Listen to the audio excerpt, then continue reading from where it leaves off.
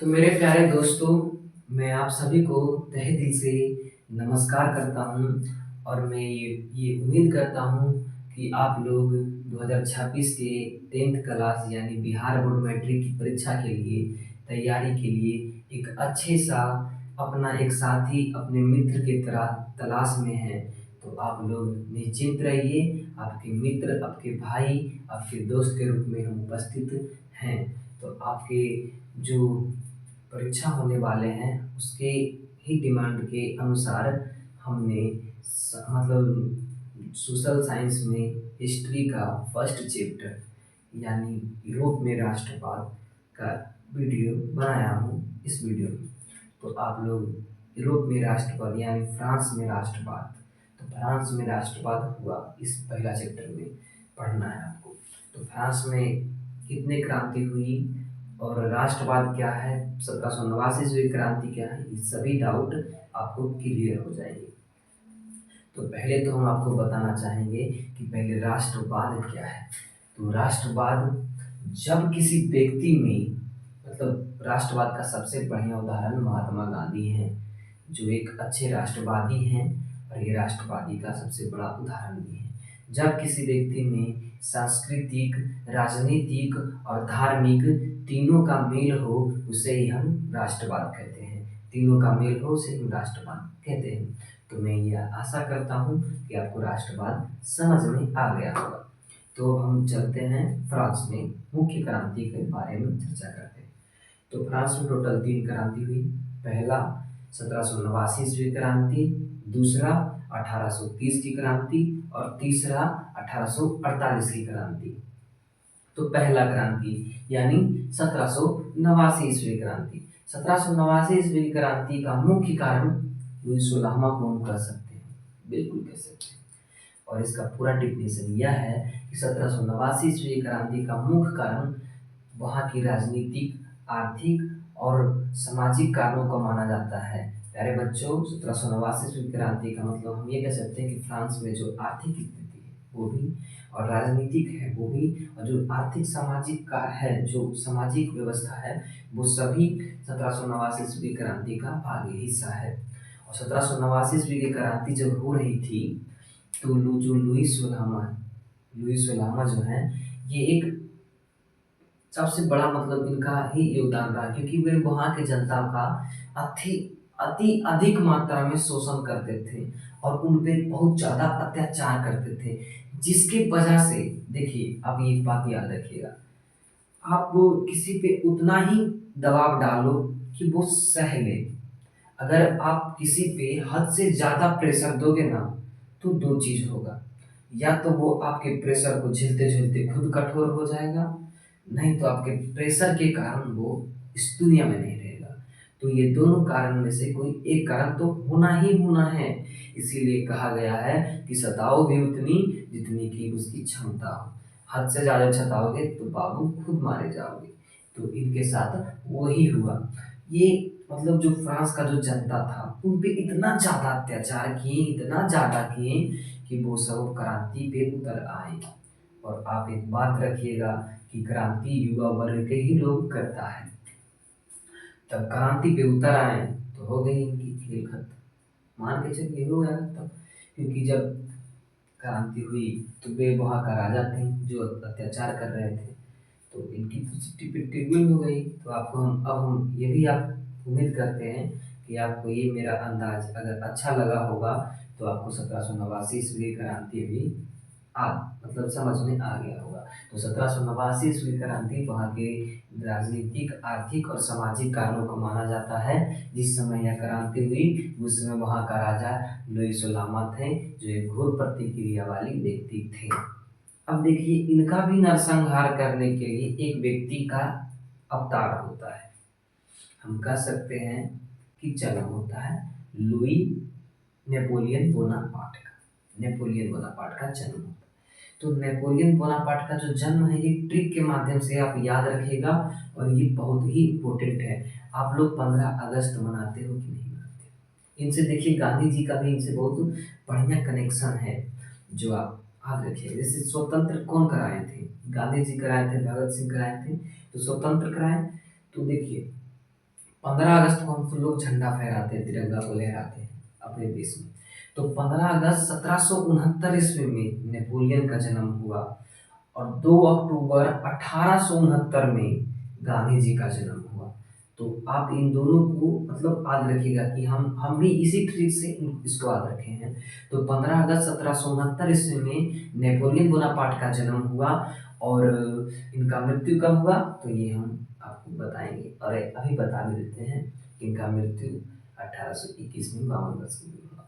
और आपको ये बात ये ट्रिक से याद हो गया होगा, 2 अक्टूबर 1869। एक 1769 और 1869 में फर्क है सिर्फ और सिर्फ 7 और 8 का, बाकी एक 6 और 9 सामान्य रहेगी, क्योंकि 1769 1869 नेपोलियन और गांधी, ये बात आप याद रखिएगा।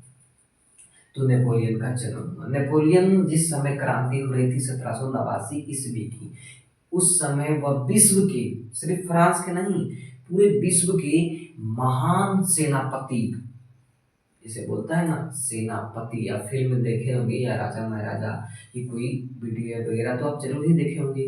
तो सेनापति, पूरे विश्व का महान सेनापति में नेपोलियन का मतलब जो दर्जा था वो विश्व के पूरे महान सेनापति में था।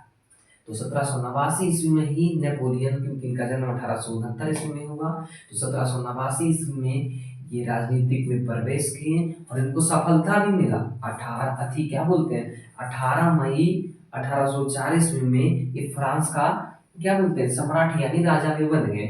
और जब ये राजा बने तो नेपोलियन का जो सभी नियम कानून था इस सभी को खत्म कर दिए। वो एक अच्छे राजा की तरह अपना जो कार्य है वो किए, शिक्षा में बढ़ावा किए, सभी के लिए सामान्य जो होता है व्यवस्था करवाए, इस सभी की। तो नेपोलियन का जन्म 1769 ईस्वी 15 अगस्त 1769 में हुआ। ये 1789 ईस्वी में ये राजनीतिक में प्रवेश किए और 18 मई 1804 ईस्वी में ये फ्रांस का सम्राट भी बन गए। और इनका मृत्यु आपको पता है 1821 में हुआ। अब देखिए इनका मृत्यु कैसे हुआ, आप ये बात याद रखिएगा, नेपोलियन का मृत्यु कैसे हुआ। तो जो कि नेपोलियन का मृत्यु, क्योंकि नेपोलियन फ्रांस के लिए कुछ अच्छे काम कर रहे थे और कुछ बुरे भी किए होंगे, क्योंकि आप एक बात याद रखिएगा, ये तो कहावत आप सुने ही होंगे कि बड़े बड़े शहर में छोटी छोटी गलतियां होती रहती है। तो बड़े बड़े व्यक्ति और महान महान व्यक्ति छोटे छोटे गलतियां करते हैं। आप उदाहरण में महात्मा गांधी जी को ही ले लीजिए, क्या ये मतलब जो ये हैं ये नहीं किए होंगे, ये तो इनसे भी गलतियां हुई होगी, तो नेपोलियन से भी गलतियां हुआ। और रूमानीवाद आप याद रखिए, रूमानीवाद एक संस्कृत संस्कृत आंदोलन था जो नेपोलियन चलवाते थे। रूमानीवाद एक संस्कृत आंदोलन था, इसके तहत वो अपने जो होता है ना धर्म का विकास करवाना, राजनीतिक में बढ़ावा देना, ये रूमानीवाद की तरह एक संस्कृत आंदोलन जिसे कहते हैं ना नाटक करवाता है, वही था। अब इनके मृत्यु पे आते हैं। तो बटरलू का युद्ध आपसे पूछेगा कि नेपोलियन के बारे में लिखिए, तो आप लिखिएगा कि 15 अगस्त 1769 ईस्वी में नेपोलियन का जन्म हुआ।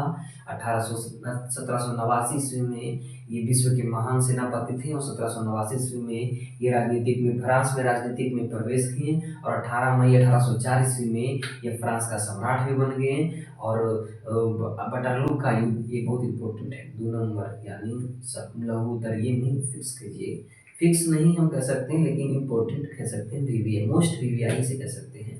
तो 15 अगस्त 1700 में उनका जन्म हुआ। 1815 ईस्वी में बटरलू का युद्ध हुआ जिसमें नेपोलियन को हराकर बंदी बना लिया गया था।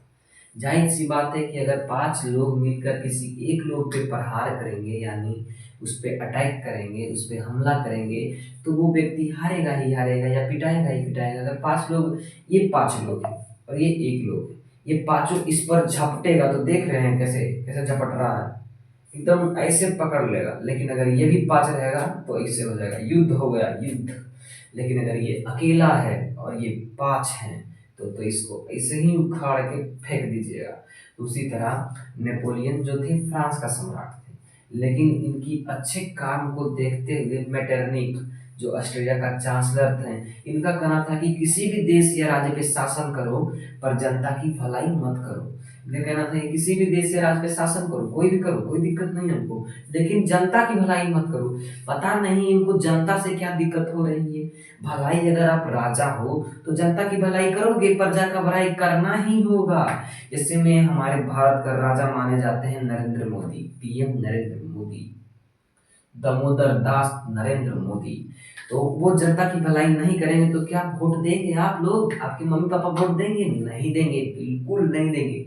उसी तरह जनता की भलाई करना होगा। लेकिन इनकी अलग खुजल मची हुई थी, इनके पिछवाड़े में अलग खुजल मची हुई थी कि किसी भी देश या राज्य पे शासन करो पर जनता की भलाई मत करो। मेटरनिक का कहना था, जो ऑस्ट्रेलिया का चांसलर थे, ऑस्ट्रिया का चांसलर थे, इनका मतलब जो मेटरनिक अपना वो काल चला लिए, अपना मतलब बोलते हैं ना काल। जैसे 1815 से लेके 1848 तक की जो ईस्वी हुई, इतना जो 1815 से 1848 में जितना भी साल रहे हैं, जैसे 1819, 1815 में 1816, 1817, 1819, 20, 21, 22, 23 से लेकर 47, 48 तक इनका काल रहा। इनकी चलती थी पूरी दुनिया में, समझे, इनकी ही चलती थी मेटरनिक की। तो मेटरनिक की अलग खुजल मची क्योंकि नेपोलियन फ्रांस में क्रांति को मतलब रोक रहे थे और सभी के लिए सामान्य नियम बना रहे थे। तो वो एक ग्रुप बनाए 5 देशों का और लड़वा दिए फ्रांस से, यानी नेपोलियन जिसमें जहाँ सम्राट थे। तो 5 देशों में कौन कौन आता था? पटरलू का युद्ध का मतलब ये जो जितना हम आपको एल्गोरिथम समझा रहे हैं, जितनी भी कहानियां आपके सामने रिफ्यूज मतलब आपके सामने प्रकट कर रहे हैं, ये सारा कहानियां बटरलू के युद्ध का ही है। और आप ये बात याद रखिएगा कि बटरलू का युद्ध को समझाने के लिए हमें ऐसे यूनिक यूनिक कंटेंट को आपके सामने खोलना पड़ता है मुझे की तरह। तो फ्रांस मतलब बटरलू का युद्ध हुआ जिसमें फ्रांस एक तरफ यानी नेपोलियन अकेला, और वहाँ 5 देश, मतलब 5 देश मतलब आपको बताए थे ना 5 देश मिलकर, जिसमें था रूस, ब्रिटेन, वर्षा, ऑस्ट्रिया, वही वाला ऑस्ट्रिया, मेटरनिक वाला ऑस्ट्रिया और ब्रिटेन। रूस, पर्सा, ऑस्ट्रिया, रूस, ब्रिटेन, पर्सा, ऑस्ट्रिया और हंगरी।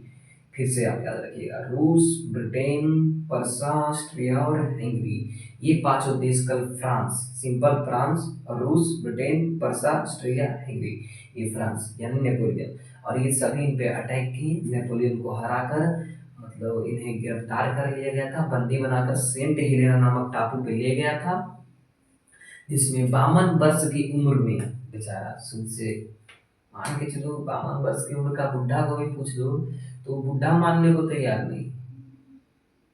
मतलब पहले के जमाने में 52 वर्ष की उम्र वाले लोगों से पूछ लो तो अपने आप को बुढ़ा नहीं मानते थे, और उस समय इनकी मृत्यु हो रही थी। आप समझ जाओ कि अच्छे लोग की तो मतलब है ही नहीं इस दुनिया में जगह। तो 1821 ईस्वी में 52 वर्ष की उम्र में इनकी मृत्यु हो गई है। ये था बटरलू का युद्ध। और आप ये बात याद रखिएगा, बटरलू का युद्ध जैसे ही खत्म होगा मतलब पांचों देश मिलकर तुरंत निपटा दिया नेपोलियन और फ्रांस को, तो तुरंत वियना सम्मेलन किया। कौन? मेटरनिख, क्योंकि उनको तो अलग खुजल थी कि जनता की भलाई नहीं करनी है। तो वो तुरंत वियना सम्मेलन 1815 ईस्वी में ही हुआ। वियना सम्मेलन के तहत यह स्पष्ट किया गया था मेटरनिख के द्वारा कि नेपोलियन द्वारा 1789 ईस्वी से लेकर 1815 ईस्वी तक, मतलब वो जब राजनीतिक में प्रवेश किए तब से 1815 ईस्वी तक जितने भी कार्य किए और जितने भी नियम बनाए सबको खत्म करो, सबको खत्म करो। यह था वियना सम्मेलन का उद्देश्य। और पुरातन व्यवस्था यानी नेपोलियन का जो पोता था लुई अठारहवां, क्योंकि लुई सोलहवां तो नेपोलियन बोल रहे थे, सॉरी भाई, लुई सोलहवां जो घोर प्रतिक्रिया वाला व्यक्ति था, इसका पोता लुई अठारहवां को वापस यहाँ फ्रांस का राजा बना दिया गया था वियना सम्मेलन के तहत ही। तो आपको 1789 ईस्वी की क्रांति, नेपोलियन के बारे में, नेपोलियन के योगदान, बटरलू का युद्ध और वियना सम्मेलन और गांधी राष्ट्रवाद, ये पांचों टॉपिक्स हम इस तरीके से आपको समझाए हैं कि आप को मतलब इस तरीके से समझाए हैं कि क्या कहें यार, हमको तो पता ही नहीं कि किस तरीके से समझाएं। लेकिन इस तरीके से समझा दिए हैं कि आपको याद हो गया होगा। अगर भाई आप इस वीडियो को दोबारा देख लेते हैं ना, तो शायद ये वीडियो मतलब ये जो जो टॉपिक्स हैं आपके दिमागों और दिलों में छप जाएगा और आपको दोबारा लगेगा कि नहीं भाई अच्छा वीडियो है। और यह वीडियो हम इतना ही रहने देते हैं और हम यह उम्मीद करते हैं कि आप ये वीडियो दोबारा देखेंगे और दोबारा देखने से आपकी जो माइंड की सोचने की शक्ति है और जो एल्गोरिथम है समझने की, और आप इसी तरीके से अंदाज में कान में लीड लगाकर आप इसी तरीके से एक बार खुद पढ़कर देखिएगा तो आपको कैसा फील होता है। तो धन्यवाद, नमस्कार। अगर वीडियो अच्छा लगे तो लाइक एंड सब्सक्राइब कीजिएगा और यह चैनल को ज़्यादा से ज़्यादा फैलाइएगा, क्योंकि आपके दोस्त, आपके भाई, आपके मित्र आपके साथ, हमारे साथ जुड़कर पढ़ सकें। तो धन्यवाद, जय श्री राम, और मिलते हैं नेक्स्ट वीडियो में। ये मेरा फर्स्ट वीडियो है और ये साइंस का है, सोशल साइंस का है। सोशल साइंस में हिस्ट्री का है, तो सभी बच्चों को हार्ड लगता है, और हार्ड इसलिए लगता है क्योंकि इसमें डेट वाला चीज़ याद रखना है। आपको इसी पांचों टॉपिक में डेट वाला चीज याद करवाया गया है। देखिए 1789 ईस्वी की क्रांति एक हो गया, और दूसरा क्या बोलते हैं, नेपोलियन के जन्म कब हुआ, तो 15 अगस्त 1769 ईस्वी में नेपोलियन राजनीति में प्रवेश किए। 1789 ईस्वी में नेपोलियन फ्रांस का सम्राट कब बने, तो 18 मई 1804 ईस्वी में वटरलू का युद्ध कब हुआ, तो 18 जून 1815 ईस्वी में। वेना सम्मेलन कब हुआ, तो 1815 ईस्वी में। जो ये डेट होता है, देखिए गांधी जी जो आपको रिलेट किए थे कि 15 अगस्त हम सब झंडा फहराते हैं, तो 15 अगस्त 1769 ईस्वी में नेपोलियन का जन्म हुआ। इससे रिलेटेड कर देते हैं क्योंकि गांधी जी, भगत सिंह, सुखदेव, राजगुरु ये सब मिलकर देश को आज़ाद किए हैं, तो इनसे रिलेटेड कर दिए। तो 2 अक्टूबर 1869 ईस्वी में गांधी जी का जन्म हुआ। तो धन्यवाद। इसी तरीके से जोड़ जोड़ कर, वर्ड को वर्ड से जोड़कर पढ़िए, ज़्यादा मजा आएगा और ये याद भी ज़्यादा होगा भाई। इसी वर्ष 2025 में हम दिए हैं एग्जाम, मुझे पता है कि कैसे क्या होता है। तो धन्यवाद। मैं आशा करता हूँ कि यह वीडियो आपको अच्छा लगा होगा, और अच्छा लगा होगा तो लाइक सब्सक्राइब कीजिएगा, अपने दोस्तों के पास शेयर कीजिएगा। भाई दोबारा जरूर देख लीजिएगा, बहुत इंपॉर्टेंट है। जय हिंद, जय भारत।